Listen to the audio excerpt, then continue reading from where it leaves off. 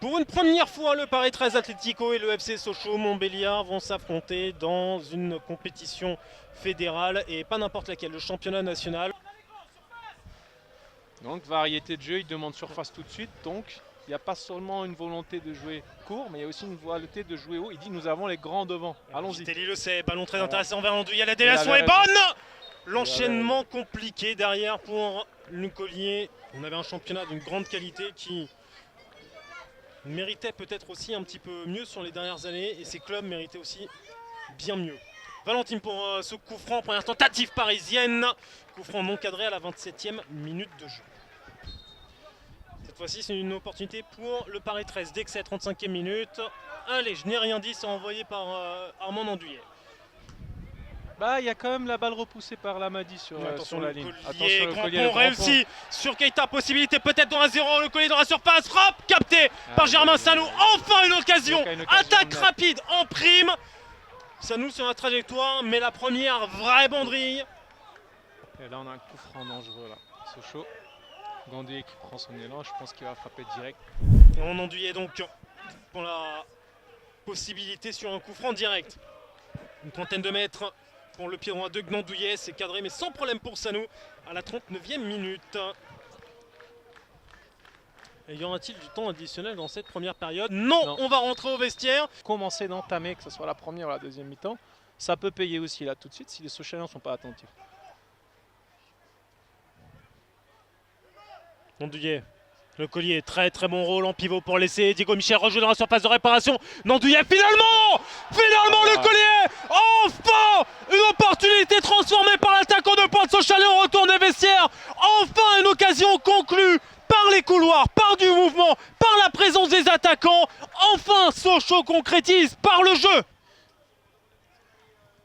Dexay pour la possibilité de centre et d'aller retrouver éventuellement Keita à l'opposé dans cette surface de réparation. Enzo Valenti pour un nouveau centre avec aucune présence sur le premier ballon. Dexay sur le second. Mangozo en retrait. Patouillet, ballon capté en deux temps. Et nouvelle opportunité pour les Parisiens qui cette fois-ci se heurtent au mur. Mangozo premier sur le ballon. Silla. Ici le Karamoko désormais entre les lignes. L'accélération de l'ancien Dupuis. Pourquoi pas tenter le 1-2 et convertir. Attaque rapide. Attaque éclair. Isaka Karamoko, unique buteur au Stade Pelé. C'était le cas face à Versailles pour mener à 0. C'est le cas aujourd'hui pour égaliser. Dexay. C'est là que l'équipe Sochalienne est testée. C'est ce qu'on ne voyait pas en première mi-temps. Là, on voit la pression des Parisiens. De frappe encore avec Isaka Karamoko. Dévié. Et le corner à suivre pour le Paris 13 à la 69e minute.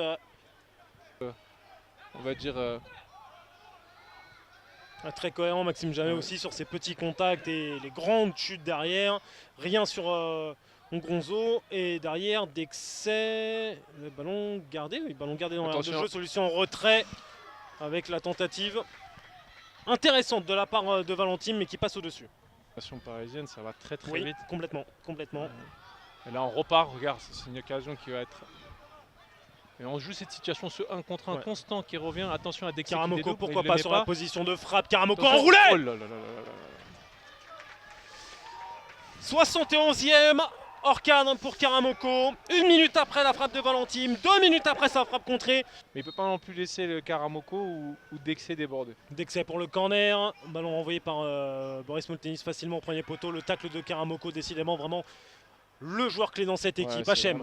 Karamoko, le centre du gauche repoussé par Nacosta plein axe. Valentine, il aura finalement fixé, feinté pour permettre derrière l'arrivée. La frappe hors cadre de Silla à la 77e minute.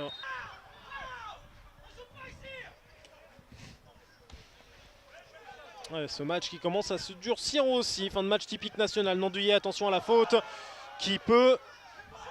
Oh, il va... Attention Gnandouillet qui a déjà pris jaune. Et c'est la faute qui peut lui valoir le rouge. Et il est là justement, le rouge à la 85e minute. Et c'est là que ça va se compliquer. Le scénario va devenir encore pire, encore plus difficile. Une toupie a été plus impressionnante qu'autre chose. Mais pas de faute. Engagé mais propre. Heureusement qu'ils vont récupérer aussi sur le plan offensif Kevin Augas la semaine prochaine. C'est un long ballon Patouillet. Oui, ici il va avoir le ballon, il va avoir la faute sans problème. Et Maxime Jamet va pouvoir envoyer tout le monde au vestiaire. Les regrets peut-être encore pour les Parisiens ce soir.